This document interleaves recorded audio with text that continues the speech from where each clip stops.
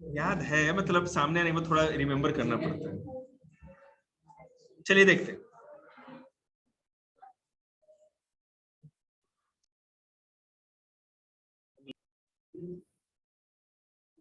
देखिए एक क्वेश्चन है हम लोग का कि how many moles are 9 point, how many moles are in 9.033 into 10 to the 24 atoms of helium. He refers to helium. Helium के 9.033 into 10 to the 24 एटम्स में कितने मोल होंगे या कितने मोल के बराबर होगा? ठीक है, हमें पता है कि 6.022 into 10 to the 23 atom of helium, मतलब किसी भी एलिमेंट का अगर इतना क्वांटिटी होता है तो माना जाता है 1 मोल के बराबर होता है। 1 mole is equal to 6.022 into 10 to the 23 atoms. Helium का भी ऐसा है, किसी का भी ऐसे करते हैं। अब हमें इसका फाइंड आउट करना है। So 9.033 into 10 to the 24 atoms of helium is equal to 1 upon ये कर देंगे, मल्टीप्लाई में वो करेंगे। पूरा जब कैलकुलेट हम करेंगे तो ये कट पिट के हमारा 15 मोल्स आ जाएगा। ठीक है, so 9.033 into 10 to the 24 atoms of helium are 15 moles of atom। Calculate करने पे कितना आएगा? 15 मोल के बराबर आएगा। ये जो आपका एक एटम का जो एटॉमिक मास दिया हुआ है उसका, ठीक है ना, 1 मोल जो दिया हुआ है वो इतने क्या अगर निकालेंगे तो कितने मोल के बराबर आएगा, हम इस हिसाब से कैलकुलेट कर सकते हैं। ठीक है सर, हम जैसे हाफ मोल का निकाल सकते हैं क्या?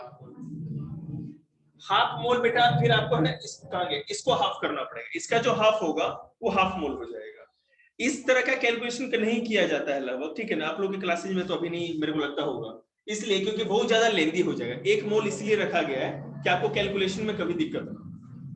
1 मोल किसी भी सब्सटेंस का 1 मोल उसके बराबर होता है 6.022 है ना into 10 to the 23 है। हाँ, कितने भी निकालना आप ऐसे कर सकते हैं। क्वेश्चन देखते हैं, आ रहा देखो बेटा क्वेश्चन है कि calculate the number of iron atoms in a piece of iron weighing 2.8 gram. एक छोटा सा आयरन का टुकड़ा है जिसका जो वेट है, काम कर बेटे, पैट्रिक ने बोला है मैंने,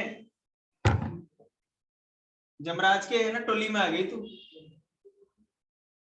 एक आयरन का छोटा सा टुकड़ा है, 2.8 ग्राम उसका वेट है, 2.8 ग्राम कहा जा रहा है। तो 2.8 ग्राम के जितने बड़े आयरन के पीस का टोटल मोल बताइए। मोल आप कैलकुलेट करके दीजिए, हमें पता है। और आयरन का जो एटॉमिक मास होता है 56 U होता है। आयरन, इसका मतलब आयरन के एक एटम का जो वेट होगा कितना होगा? 56 U होगा। क्लियर है? सो 1 मोल ऑफ आयरन या किसी भी चीज का 1 मोल क्या होता है आपको पता है? Gram atomic mass of iron, यही होगा ना। हमें पता है 1 मोल ऑफ आयरन कितना कंटेन करता है? 6.022 into 10 to the 23 atoms of iron. अब हम बात करें 56 ग्राम की, ठीक है, अगर 56 ग्राम की बात हो ऑफ आयरन कंटेन्स, तो 56 ग्राम भी उतना ही कंटेन करेगा।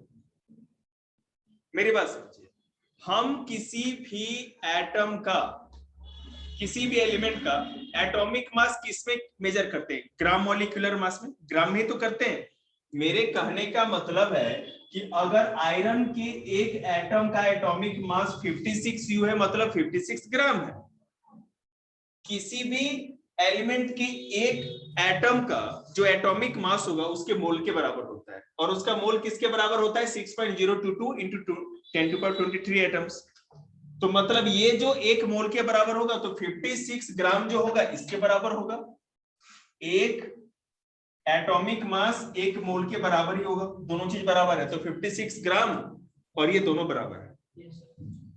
सो अब अगर हम ये बात करें कि 28 ग्राम ऑफ आयरन है और उसमें हमको बताना है कि वो कितना आयरन कंटेन कर रहा है, उसका मोल क्या है, तो हम 6.022 into 10 to the 23 1 में जितना होता है 56 1 में होता है, हम डिवाइड कर देंगे, और कितना पता करना है 2.8 हमने मल्टीप्लाई कर दिया। हाँ 28 से 56 करके 2 आ गया जी, बिल्कुल ये कैलकुलेशन उसी तरह है। तो यहाँ 6.022 into 10 to the 22 जो हो गया 23, एक सेकेंड, 23 10 कट गया ना। हाँ ठीक है, बिल्कुल बिल्कुल। तो उसमें क्या होगा, ये 22 आ जाएगा जब उसका डेसिमल हटाया हमने उसका। ठीक है, अब इससे इसको हम डिवाइड करेंगे तो 10 का पावर 22 ऐसे ही रह गया, हम केवल इस वाले हिस्से को डिवाइड करेंगे तो डेसिमल में 3.011 आ जाएगा। तो इसका पूरा जो, अब हम बात करेंगे कि 1 मोल 2.8 ग्राम ऑफ आयरन का जो मोल होगा वो 3.011 इंटू 10^22 एटम्स के बराबर होगा। समझ में आ रहा है आप लोगों को? कुछ है ही नहीं। इससे पहले जो हम लोगों ने बात की, हम लोग एल्युमिनियम की बात कर रहे थे, आयरन की बात कर रहे थे, जिसका कि एक ही एटम था, मतलब कि प्योर सब्सटेंस, वो मॉलिक्यूल्स नहीं थे। ठीक है, अब अगर वाटर की बात करें तो वाटर में हाइड्रोजन भी है, ऑक्सीजन भी है, दो अलग अलग चीजों का एटम मिला है तब ये मॉलिक्यूल बना है। एक भी एलिमेंट के दो से माने मोर देन वन अगर एलिमेंट मिल जाते हैं, एटम्स मिल जाते हैं, तो वो आपको पता है कि बन जाता है मॉलिक्यूल। लेकिन यहाँ पे दो अलग अलग एलिमेंट है, हाइड्रोजन और ऑक्सीजन मिलकर के क्या बनाते हैं, वाटर का एक मॉलिक्यूल, एटम नहीं बनाते। ठीक है, तो अब हम जो बात करेंगे, हमारा क्वेश्चन है कि जो मास है, इस मॉलिक्यूल्स का मास कैसे निकालेंगे। ठीक है, वाटर की बात करें तो 1 mole of H2O equal to molecular mass of H2O, molecular mass of H2O in grams. ठीक है, एटम की हो या मॉलिक्यूल की, हम लोग उसका मास ग्राम में ही मेजर करते थे, जैसे पहले पढ़ाया था आप लोग को। So mass of hydrogen into 2 plus mass of oxygen into 1। ठीक है, यहाँ पे हाइड्रोजन का 2 एटम है तो हाइड्रोजन का 2 और ऑक्सीजन का 1 है, इसलिए ऑक्सीजन का 1। क्लियर है? हाइड्रोजन का हमें पता है कि कितना होता है सर, हम सीधा ऑक्सीजन नहीं लिख सकते, आपके पास 1 से मल्टीप्लाई करना कंपलसरी है, मतलब दिखाना पड़ता है समझाने के लिए। आप डायरेक्ट भी कर सकते हैं, पूरा का पूरा एलिब्रेट तो करना ही है। देखो आपका टीचर है ना, दे ही देगा नंबर, इसमें कोई तो बड़ा कैलकुलेशन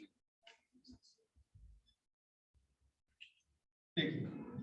तो हमें पता है कि हाइड्रोजन का एटॉमिक मास कितना होता है दीपक? तुम्हें कहता हूं, हमें तो पता है।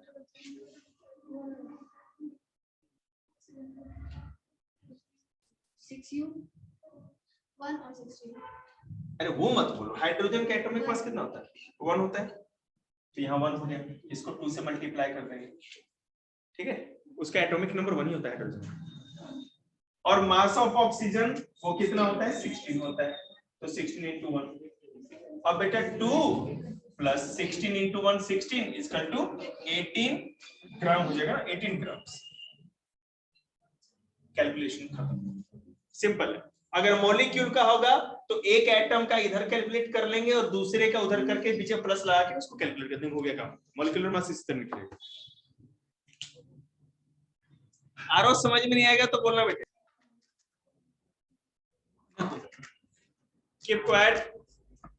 Convert 22 gram of carbon dioxide into moles. ठीक है, हमारे पास 22 ग्राम कार्बन डाइऑक्साइड है। ठीक है, हमें क्या करना है कि उसको मोल में कन्वर्ट करना, और एटॉमिक मास कार्बन का 12 होता है, जिसे मैंने लिख भी दिया, आप लोगों को पता है। तो 1 मोल ऑफ कार्बन डाइऑक्साइड कितना होगा? मॉलिक्यूलर मास ऑफ CO2 इन ग्राम।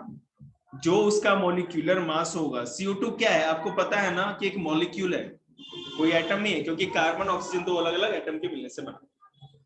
तो molecular mass of CO2 in grams में जो भी हम मेजर करेंगे वही 1 मोल इस मॉलिक्यूल का होगा। So mass of carbon plus mass of oxygen into 2, क्योंकि 2 ऑक्सीजन है तो O इंटू 2 क्या है? C इंटू 1 करने की जरूरत नहीं थी, हमने नहीं।